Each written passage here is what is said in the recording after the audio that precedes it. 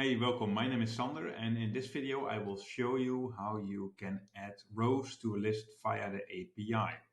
The use case for me in this example is that we have a SaaS application, and the moment people click on the Start Free Trial button, a click event is created in the backend.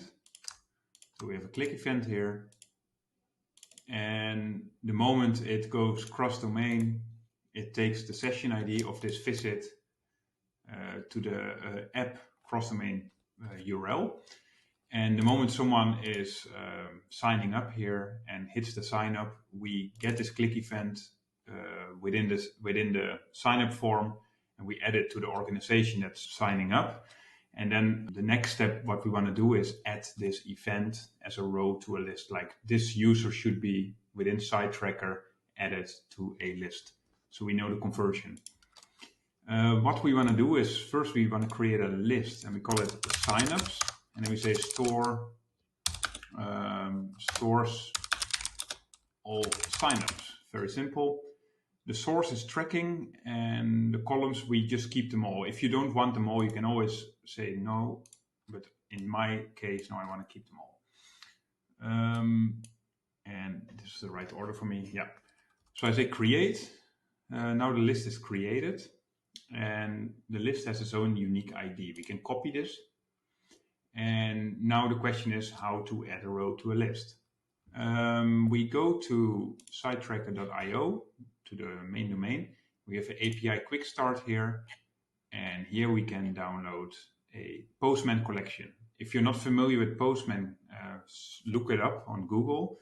It's a great application to test endpoints via API. It's, I think, the go-to one.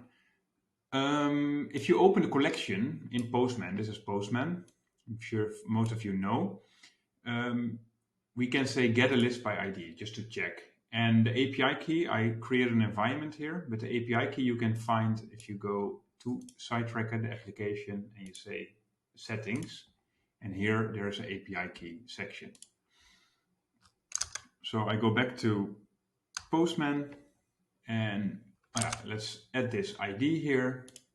There's no body needed. It's a GET request, and we get the list. Now, stores all in a list with everything here in all the columns. The rest is empty, but we know that we work with a good ID.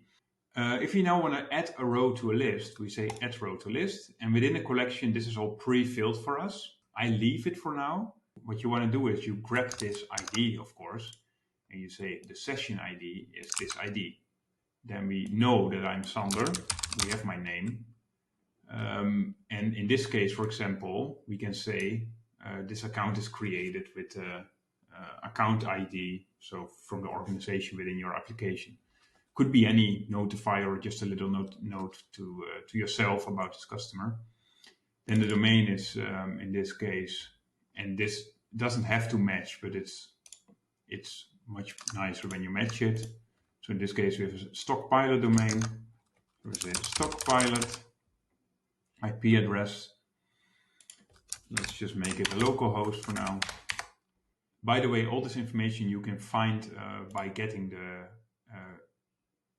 session visit by ID. So you can just add this session ID in the session visit by ID, and then you get all these fields, and you can just get them, populate them back, and then fill out the row.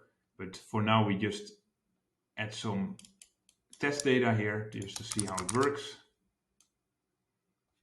AB, and another ID that I want to pre-fill, ABC.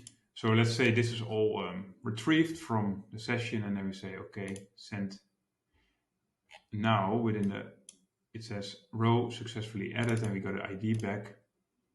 So there we are, it's now filled, and we know that this user has signed up. And that's how you can make many points within your application to store it. For example, when this user does a subscription or has the activated account, you can make lists for that.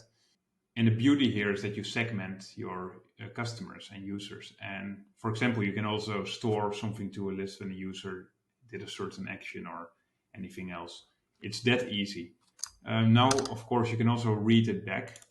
So you can say, get a row from a list, and then we need a row ID. That's this one. It's a unique row ID. And there we are, we have the whole row. And then we could say like, hey, beautiful, but we want to update this row. And you only need one, by the way, to show you. You only need one row at a time. You don't need them all. As long as the name matches. So we give the row ID with, and then we say, okay, this is Jane Doe. Row updated, now it's Jane Doe. And within this, you can also update here if you like. But that's it. That's how you update rows in Stockpilot. A very easy feature, and also easy to implement if you're a bit familiar with API calls. Thanks for watching, and see you in the next one. Bye.